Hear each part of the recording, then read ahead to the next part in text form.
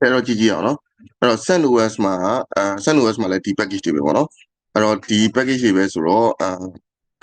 fail to ban နဲ့ပတ်သက်တဲ့ package တွေရှိတယ်အဲ့တော့အဲ့ဒီဟာတွေအကုန်လုံးကိုကျွန်တော်တို့ install လုပ်လိုက်မယ်အဲ့တော့သတိထားစရာရှိတာဗာလဲဆိုတော့တကယ်လို့ fail to ban ကိုသုံးမယ်ဆိုရင်တို့ဒီ fail to ban ရဲ့ repository ရဲ့ EPE อ่ะပေါ့နော်အဲ့ဒါတကယ်လို့ EPE ကဒါမထည့်ထားဘူးဆိုရင်fail to ban ကိုသွင်းလို့ရမှာမဟုတ်ဘူးပေါ့နော်အဲ့တော့အဲ့တော့ကြောင့်အစောပိုင်းမှာတော့ဒါ fail to ban ကိုသုံးမယ်ဆိုရင် EPE ရဲ့ repository ကိုထည့်ထားဖို့လိုတယ်အဲ့တော့ကျွန်တော်သွင်းလိုက်မယ်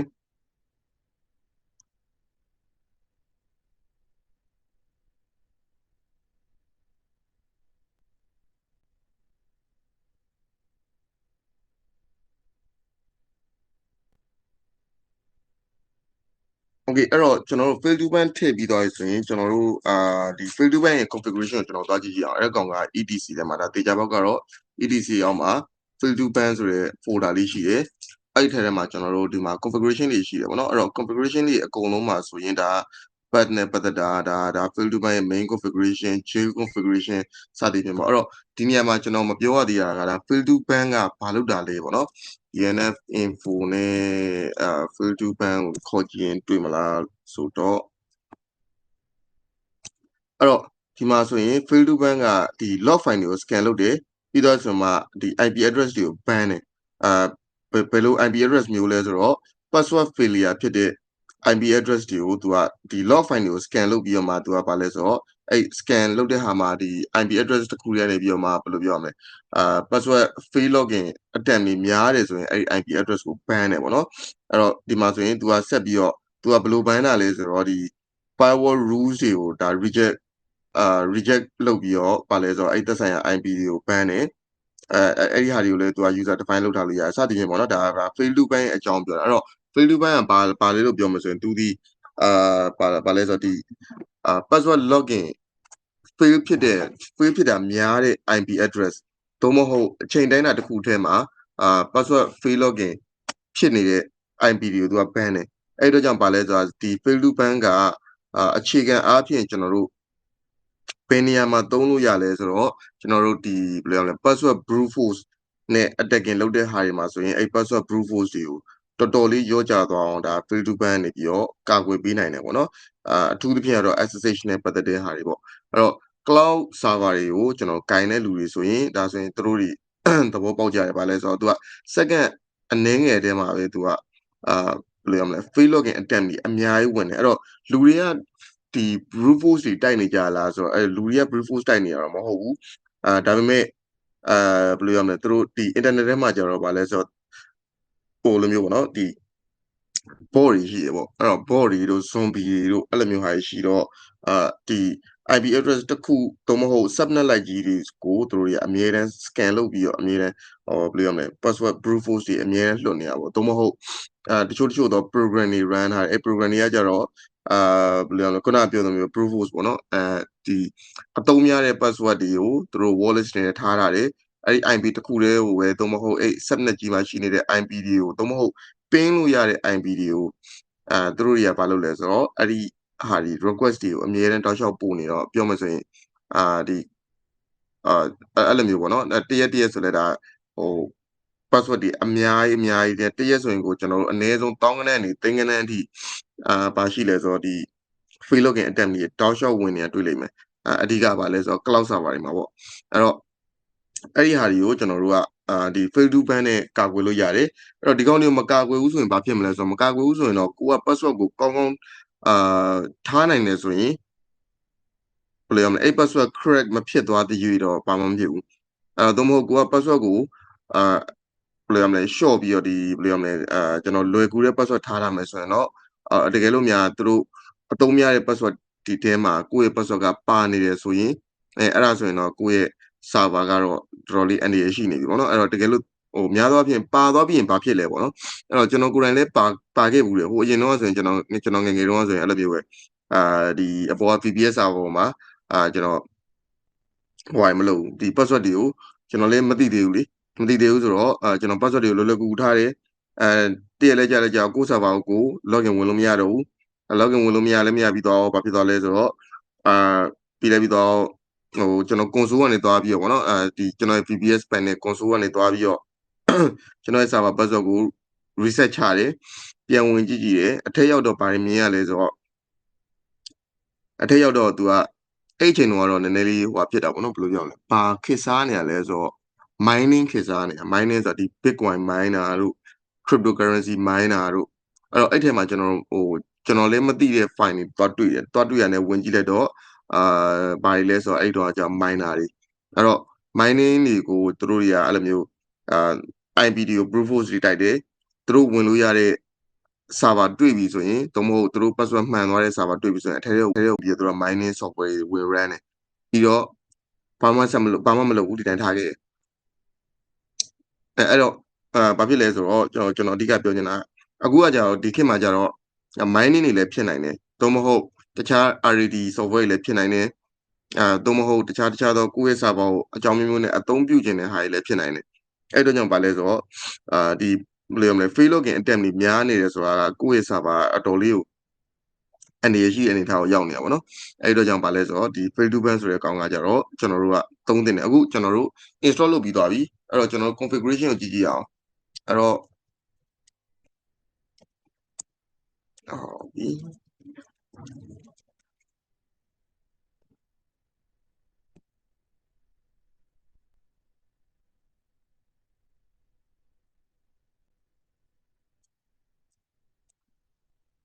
အဲ့တော့ fail to ban ရဲ့ configuration ကတော့ဒီဟာပဲပေါ့နော်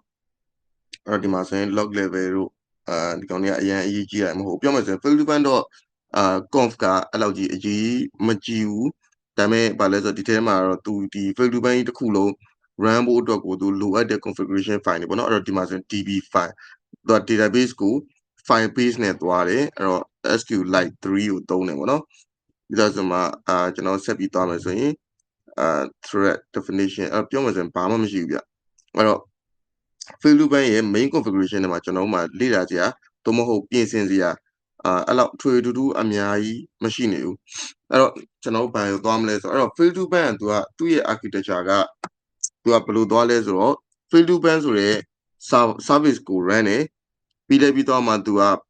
ဘာလဲဆိုတော့ IPD ကိုသူကဘာလဲဆိုတော့သူက service တွေပေါ်မူတည်ပြီးတော့ဘာတွေလုပ်လဲဆိုတော့သူတို့ကို jail လို့ခေါ်တယ်အဲ့တော့ service တစ်ခုမှာ jail တစ်ခုရှိရယ်အဲ့တော့အဲ့ jail ထဲမှာသူကဘာလုပ်လဲဆိုတော့သူတို့ ban တဲ့ IP ကို record သွားလုပ်တယ်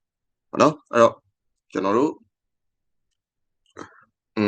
ဘာလုပ်မလဲဆိုတော့jail.conf ကိုကျွန်တော်ဖွင့်ကြည့်ကြအောင် sorry အဲ့တော့ jail ထဲမှာကြတော့သူကဘာလဲဆိုတော့ဒီကောင်ကခုနပြောတဲ့ service တွေကိုကျွန်တော်တို့က jail လုပ်မှာပေါ့နော်အဲ့တော့ဒီမှာဆိုရင် ban time လို့ညာစတွေ့ပြီအဲ့တော့ကျွန်တော်အောက်ကိုဆက်ကြည့်ကြည့်အောင်အဲ့တော့ဒီမှာ path လေးတွေသူရေးထားတယ်အဲ့တော့ path ကိုကျွန်တော်ပြီးရင်ကျွန်တော်အဲ့ path ကို configuration သွားကြည့်မယ်ပေါ့နော်အဲ့တော့အောက်မှာဘာရှိမလဲဆိုတော့ကျွန်တော်သွားကြည့်ကြည့်အောင်အဲ့တော့ဒီမှာ ban time အဲ့တော့တကယ်လို့ IP တစ်ခုက password တွေအရင်များလာပြီ password fail login attempt တွေအရင်များလာပြီဆိုရင်ကျွန်တော်တို့ကအဲ့ IP ကိုဘယ်နှမိနစ် ban မှာလဲဆိုတော့ ban time ပြီးတော့ဆိုတော့ဒီမှာ host is by mass restaurant during the find time during the ဗါလဲ fine time ရှိရယ် fine time ဆိုတာကသူကဘာလဲဆိုတော့7မိနစ်အတိုင်းအတာကိုကြည့်တာပေါ့နော်ပြီးတော့ဆိုမှသူကဘာလဲဆိုတော့ဒီလိုမျိုး ban ဖို့အတွက်ကိုအဲ့သက်ဆိုင်ရာ IP ကဘယ်လိုရမလဲဒီ max retry သူက9ကအဲ့တော့ max retry ဆိုတာဘာလဲဆိုတော့9က password free login free ဖြစ်ရင်ပေါ့နော်အဲ့တော့ဒီမှာ fine time ဆိုတာကဘာလဲဆိုတော့သူက10မိနစ်အတွင်း9ကမှားရင်10မိနစ် ban တယ်ဒီလိုသဘောမျိုးပေါ့နော်10မိနစ်အတွင်းမှာအဲ့သက်ဆိုင်ရာ IP address တစ်ခုက password 9ကမှားရင်10မိနစ် ban တယ်အဲ့တော့ကျွန်တော်တို့ကတရားကိုပါလဲဆိုတော့ကျွန်တော်ကြိုက်တယ်လို့မျိုးပြင်ဆင်လို့ရတယ်နော်အဲ့တော့ဘယ်နှမိနစ် ban စီချင်တစ်ခါကြိုက်ပြီဆိုကျွန်တော်တနားရီလောက် ban ပလိုက်တယ်ဒါတစ်ခါကြိုက်ပြီဆိုလဲ9မိနစ်လောက်ပဲ ban တယ်အဲ့တော့ပါလဲဆိုတော့ဟိုဟာတွေမတူဘူးပေါ့နော် industry တွေမတူဘူးသို့မဟုတ်ကျွန်တော်တို့ရဲ့ဘယ်လောက်အထိထားမလဲဆိုရယ်ကိုယ့်ရဲ့ situation တွေကိုမတူဘူးဆိုလိုချင်တာကဘာလဲဆိုတော့ကိုဘယ်လောက်ထားမလဲဆိုတော့ကိုယ့်ဘာသာကိုဆုံးဖြတ်မှာပေါ့နော်အဲ့တော့ဒီမှာဆိုရင်သူ့ရဲ့ default ကတော့10မိနစ်10မိနစ်9ကအဲ့တော့တစ်ခါကြပြီဆိုရင်ကျွန်တော်တို့က9ကတည်း short ပြီးတော့အရင်အရေးကြီးတဲ့ server တွေမှာဆို3ခါတို့2ခါတို့အဲ့လိုလောက်ထိ short လိုက်လို့ရတယ် short ကျင်တယ်ဆိုရင်ပေါ့နော်အဲ့တော့ပြီးတော့ဆိုတော့ကျွန်တော်တို့အောက်ကိုဆက်ပြီးသွားမယ်ဆိုရင်ဘယ်ရောက်သွားပြီလဲဆိုတော့ backend DNS ပြီးတော့ဆိုရင်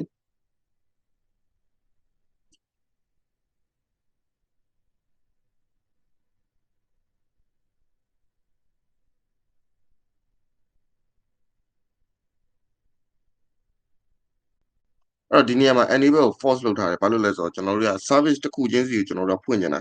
အဲ့အတွက်ကြောင့်ဘာလဲဆိုတော့ဒီ enable ညီမျှခြင်း force ဆိုတာကကျွန်တော်တို့ကအခု configuration ကျွန်တော်တို့ဒီ file ကြီးကကျွန်တော်တို့ J file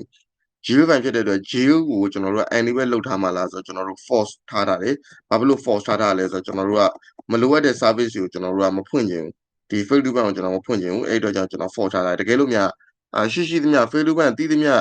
service တွေအကုန်လုံးကိုကျွန်တော်တို့ကဒီ fail to ban ဖွင့်စေချင်တယ်ဆိုရင်တော့ J လေးဖွင့်စေချင်တော့ဒီမှာ enable မှာ true ထားလိုက်ပါတော့အဲ့တော့ကျွန်တော်ဆက်ပြီးကြည့်ကြည့်အောင်အဲ့တော့ဒီမှာတချို့တစ်ခါလေ့ကြပြီဆိုလဲကျွန်တော်တို့ email ကြီးကျွန်တော်ပို့ခိုင်းလို့ရတယ်ဒါပေမဲ့များသောအားဖြင့်တော့အဲ့လိုကြီးမသုံးပါဘူးကျွန်တော်ဆက်ပြီးတော့သွားမယ်ဆိုရင်အဲ့တော့ J နေရာဒီဆက်သွားလိုက်မယ်အခုဒီမှာဆိုရင် J လေးရောက်ပြီเนาะအခုဒီမှာဆိုရင် jail section ကိုရောက်ပြီအဲ့တော့ကျွန်တော်တို့ကပါလဲဆိုတော့ဒီမှာ SSH D ဆိုတော့ကျွန်တော်တို့ရဲ့ပါလဲဆိုတော့ကျွန်တော်တို့ရဲ့ SSH service ပေါ့ open SSH server အဲ့တော့အဲ့ဒီကျွန်တော် secure share ဝင်တဲ့နေရာကျွန်တော်တို့ဒီ Linux ကိုကျွန်တော် login ဝင်တဲ့နေရာအဲ့တော့ SSH ကတော့များသောအားဖြင့်တော့ကျွန်တော်တို့ဘာဖြစ်လဲဆိုတော့များသောအားဖြင့်တော့ပွင့်နေတတ်တယ်အဲ့တော့ပွင့်နေတတ်တယ်တော့မဟုတ်သုံးနေတယ်သုံးနေရဖြစ်တဲ့အတွက်ကျွန်တော်တို့ကပါလဲဆိုတော့ဒီနေရာမှာဆိုရင်ကျွန်တော်တို့ပါလဲဆိုတော့ SSHD ရဲ့အောက်မှာအဲ့တော့ပါလဲဆိုတော့ဒီလိုမျိုး4000ကွင်းလေးနဲ့စတယ်ပြီးတော့ဆိုရင်နောက်4000ကွင်းမဆုံးခင်အထိသူကပါလဲဆိုတော့ SSHD ဆိုရင် SSH service တစ်ခုလုံးရဲ့အဲ့ဒီ service ကိုဒီPhilippine ရဲ့ jail ကဘယ်လိုလုပ်မှလဲဆိုတဲ့ပုံမူတည်တာပေါ့နော်အဲ့တော့ဒီမှာဒါကတော့သူရဲ့ global variable တုံးထားတာဒီမှာကတော့ကျွန်တော်အများကြီးပြင်စရာမရှိဘူးဒါပေမဲ့ဒီနေရာမှာကျွန်တော်တို့ကဒီအောင်ဖွင့်စေခြင်းတယ်ဆိုရင်သို့မဟုတ် SSHD မှာ fail login attempt တွေများရင် IP တခုကို ban မှာအဲ့သက်ဆိုင်ရာ IP ကို ban မှာဆိုတဲ့ဟာကိုကျွန်တော်တို့ဖြစ်စေခြင်းတယ်ဆိုရင်ကျွန်တော်တို့ဒီနေရာမှာ enable true ဒါမျိုးလေးကျွန်တော်ရေးခဲ့လို့ရတယ်အဲ့တော့ကျွန်တော်အခုမရေးသေးဘူးကျွန်တော်ဗာလဲဆိုတော့ပြီးရင်ရေးမယ်နော်အဲ့တော့ကျွန်တော်ဒီမှာဆိုရင်အရင်ဆုံးလေ့လာကြည့်မယ်ဆိုရင်ဒီ SC Linux နဲ့ဒီမှာ web server နဲ့ပတ်သက်တဲ့ဒါ web authentication တွေအဲ့တော့အဲ့ဒါတွေကကြတော့ web server သို့မဟုတ်ကိုယ့်ရဲ့ application တွေနဲ့ကျွန်တော်တို့ပြန်ပြီးချိတ်ဆက်ပြီးသုံးလို့လည်းရတယ်သို့မဟုတ်ကျွန်တော် web server မှာမှဗာလဲဆို web server ရဲ့ log တွေကိုကြည့်ပြီးသွားဆိုရင်ဘာဖြစ်မလဲဆိုတော့web server ရဲ့ log တွေကိုကြည့်ပြီးသားဆိုရင်အဲ့မှာ fail login attempt တွေများတယ်ဆိုရင်အဲ့ဒါဆိုရင်လည်းသူကအဲ့သက်ဆိုင်ရာ IP ကို ban တယ်ပေါ့နော် ban အောင်လုပ်လို့ရတယ်ပေါ့အဲ့တော့ဆက်ပြီးကြည့်မယ်ဆိုရင် jail တွေအများကြီးရှိပါတယ်အဲ့တော့တစ်ခုချင်းစီ jail တစ်ခုချင်းစီရဲ့ configuration တွေမတူကြဘူးအဲ့တော့ကျွန်တော်ပထမဦးဆုံးမှာကျွန်တော်ဒီဟာကိုဘယ် jail မှမဖွင့်ဘူးပဲနဲ့ကျွန်တော် systemctl start ဒါပါနော် enableဗာလဲဆို fail to ban service ဒီဘက်ပါရှိအောင် okay fail to ban လို့ပဲကျွန်တော် enable လုပ်လိုက်တယ်ဒီလေးပြီးတော့ဆိုမှာ system ctl start fail to ban ကျွန်တော် start လုပ်လိုက်တယ်အဲ့တော့ system ctl status fail to ban ကျွန်တော်တော့ခေါ်ကြည့်မယ်ဆိုရင် fail to ban run နေပြီအဲ့တော့ကျွန်တော်တို့အခု fail to ban client fail to ban client ဆိုတာကဘာလဲဆိုတော့ client ဆိုတဲ့သဘောကဒီ fail to ban အခုဒီမှာကျွန်တော်တို့က server run တာပေါ့နော်သို့မဟုတ် service run တာအဲ့ service ကိုကျွန်တော်တို့ကလှမ်းပြီးထိန်းချုပ်နေတယ်ဆိုရင်ဒါ fail to ban client နဲ့ကျွန်တော်တို့ကဘာလုပ်လို့ရလဲဆိုတော့အဲ့ server မှာဖြစ်ပျက်နေတဲ့ဟာတွေကိုကျွန်တော်တို့ကဘာလုပ်လို့ရမလဲဆိုတော့ဒီမှာဘယ်လိုရလဲဒီ command နဲ့ကျွန်တော်တို့အဲ့ service ကိုကျွန်တော်ထိန်းချုပ်လို့ရတယ်ပေါ့နော်အဲ့တော့အဲ့ထဲမှာstart reset ဆိုတော့ထပ်ကိုဒီမှာ unban all လို့ပါတော့ဒါဆိုရင်ကျွန်တော်တို့ ban လိုက် IP အကုန်လုံးကိုကျွန်တော်တို့ကပြန်ပြီးတော့ unban လုပ်တယ်ပေါ့နော်သို့မဟုတ် unban ကိုမှကျွန်တော်တို့နောက်ကနေ IP နဲ့တွဲသုံးလို့ရတယ်ဘယ် IP ကိုပဲ unban လုပ်မယ်ပြီးတော့ဆိုမှာ ban အဲ့တော့ပါလဲဆိုတော့ဘေးကြီးတွေမှာ तू က ban ထားလဲပေါ့နော်အဲ့တော့အဲ့ဒီဟာလေးကို तू ကပြပေးချင်တာအဲ့တော့တခြားအများကြီးပြောစရာမရှိဒါတွေကတော့နည်းနည်းလေးကျွန်တော်နည်းနည်းဖတ်ကြည့်လိုက်တယ်ဆိုရင် तू ကတစ်ခုချင်းစီကပါလဲဆိုတော့ဒီမှာ get db file ဆိုရင်ဒီ Philippine သုံးနေတဲ့database ရဲ့ location စသဖြင့်အဲ့ဒီဟာလေးကျွန်တော်တို့ကကြည့်လို့ရပါတော့ပြီးတော့မှတက်ဆိုင်ရာ jail တွေကို stat တွေ stop တွေလုပ်လို့ရတယ်အဲ့တော့ကျွန်တော် အဲ့တော့ဒီဟာတွေအများကြီးကတော့တစ်ခုချင်းစီပြောရဆိုတော့ပြီးမှာမဟုတ်တော့အဲ့တော့ဒီကောင်ကဘာလဲဆိုတော့ J နဲ့ပတ်သက်တဲ့ဟာတွေကို get ဆိုတာလှမ်းပြီးတော့ခေါ်ကြည့်ကြည့်ရဲဒီမှာ set ဆိုရင်ကျွန်တော်တို့ J နဲ့ပတ်သက်တဲ့ဟာတွေကိုကျွန်တော်တို့က command line နဲ့ပြင်တဲ့ဟာတွေပေါ့နော်အဲ့တော့များသောအားဖြင့်တော့ကျွန်တော် configuration ထဲမှာတော့ပြင်တာများတယ်ဒါပေမဲ့ဒီအပြင်ကနေပြင်ရင်လည်းပြင်လို့ရပါဘောနော်အဲ့တော့ကျွန်တော်ပထမဆုံးမှာဘာလဲဆိုတော့ fail to ban client နဲ့ကျွန်တော် status ခေါ်ကြည့်လိုက်မယ်ဆိုရင်ကျွန်တော်လောလောဆယ် J list မှာဘာ J မှမရှိအဲ့တော့ကျွန်တော်တို့ကဘယ်လိုရမလဲ fail to ban တင်ထားတယ်ပြီးလိုက်ပြီးတော့ run နေလားဆိုတော့ run နေတယ်ဒါပေမဲ့ဘာမှကာကွယ်မနေဘူးကျွန်တော်တို့က SSHD ကိုကျွန်တော်တို့ကာကွယ်ခြင်းတယ်ကာကွယ်ခြင်းဖြစ်တဲ့အတွက်ကျွန်တော်တို့ဘာလုပ်မလဲဆိုတော့ PIM နဲ့ jail.conf တင်မှာခုနကတော့ပြောရဲပြရပါလဲဆိုတော့အရေးကြီးတယ်ဒီထိတ်ဆုံးက SSHD ရဲ့အောက်မှာ enable ကို true သွားပေးထားလိုက်တယ်ပြီးတော့ဆိုရင်ကျွန်တော်တို့ system ctl reset နဲ့ fail to ban ကျွန်တော် reset လုပ်လိုက်တယ်အဲ့ဒါဆိုရင်ကျွန်တော်တို့ fail to ban client မှာ status မှာ SSHD ဟုတ်နော်အဲ့တော့ဒီမှာဘာဖြစ်သွားလဲဆိုတော့ SSHD ကိုသူကကာကွယ်ပေးနေတယ်အဲ့တော့ကျွန်တော်အခုဒီဘက် host OS ဘက်ကနေပြီးတော့မှကျွန်တော်ဘာလုပ်ကြည့်မလဲဆိုတော့ဒီကောင်ရဲ့ IP ကဘယ်လိုလဲ139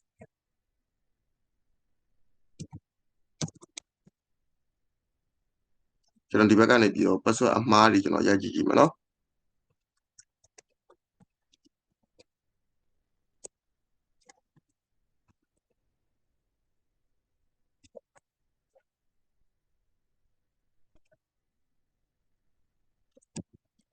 အဲ့တော့ပါလဲဆိုတော့အဲ့ဒါတော့မြင်ရမှာမဟုတ်ဘူးကျွန်တော်ဒီဘက်ကနေ password အမှားတွေဒီတိုင်းပဲထိုင်ရလိုက်မယ်အဲ့တော့တစ်ခါ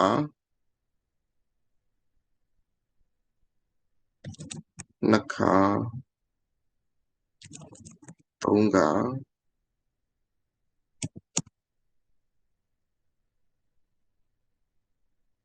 โอเคကျွန်တော်ဟာမချိတ်တော့ဘူးဆိုတော့ status ကိုကြည့်ကြည့်လိုက်မယ်မပန်းသေးဘူးလေ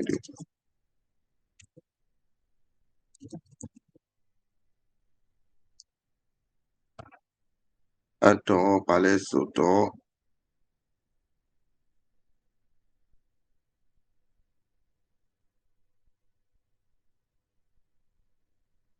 get jail ban jail ကfail to ban client ကိုမှနောက်ကနေပြီး command က get လိုက်တယ် jail ရဲ့နာမည်ပြီးတော့ဆိုမှ ban အဲ့ဒါဆိုရင်ကျွန်တော်တို့ IP တွေကျွန်တော်ပြင်ရမယ်အဲ့တော့ fail to ban get jail နာမည်ကဒီမှာ jail ကကျွန်တော် SSHD ဆိုရင် jail SSHD BNED ban ထားတဲ့ IP address fail to ban sorry client ကျန်ခဲ့အဲ့တော့ဒီမှာဆိုရင်ကျွန်တော်ရဲ့ IP address ကို ban သွားတာမြင်ရပါလိမ့်မယ်အဲ့တော့ fail to ban SSHD မှာခဏလေးပဲအဲ့ဒါဆိုရင် ban or ကျွန်တော် ban လိုက်တယ်ဒီလိုဆိုမှ ban ကိုပြန်ခေါ်ကြည့်ရေမ ban တော့ဘူးเนาะ ban ထားတဲ့ IP မရှိဘူးဒါကျွန်တော်ရဲ့ main OS ရဲ့ IP ကျွန်တော်လှမ်းပြီး password ခုနကမှားလိုက်တယ်ငါးကမှားလိုက်တဲ့ IP address ပေါ့နော်အဲ့တော့ကျွန်တော်တို့ ban လုပ်လိုက်တယ်အဲ့မှာဆိုရင် ban ကိုပြန်ကြည့်ရင်မရှိတော့ဘူးကျွန်တော်နောက်တစ်ခေါက်ကျွန်တော်ဘာထည့်လုပ်မလဲဆိုတော့ password မှားအောင်ကျွန်တော် short လုပ်ဦးမယ်တစ်ခါနှစ်ခါသုံးခါလေးခါနောက်ဆုံးတစ်ခေါက်ငါးခါကျွန်တော်စီကိုဘာမှပြင်မလာတော့ဘူးအဲ့ဒါဆိုရင်ကျွန်တော်တို့ဒီမှာသွားပြီးကြည့်မယ်ဆိုရင်ကျွန်တော် IP ကိုပြန်ပန်းသွားတွေ့လိမ့်မယ်အဲ့ဒါဆိုရင်ကျွန်တော်တို့ဘာလုပ်လို့ရမလဲဆိုတော့ ban ပြန်လုပ်ရင်လည်းလုပ်ပေါ့နော်အဲ့တော့ဒါဆိုရင်ကျွန်တော်တို့ကဘာလဲဆိုတော့ fail to ban ဆိုတာကကျွန်တော်တို့များသောအားဖြင့်ကတော့ကျွန်တော်တို့ IP address တွေကို ban တယ်ဘယ်လို IP address မျိုးတွေလဲဆိုတော့ကျွန်တော်တို့ခုနကပြောသလိုမျိုးပဲ password ခဏမှားတဲ့ IP address တွေပေါ့နော်အဲ့ဒီဟာတွေကိုကျွန်တော်တို့ ban ပါတယ်အဲ့တော့ဒါဆိုရင်ဒီ fail to ban နဲ့ပတ်သက်ပြီးတော့ကျွန်တော်တို့မသိလိုက်တာနားမလည်လိုက်တာမေးစရာများရှိကြမလား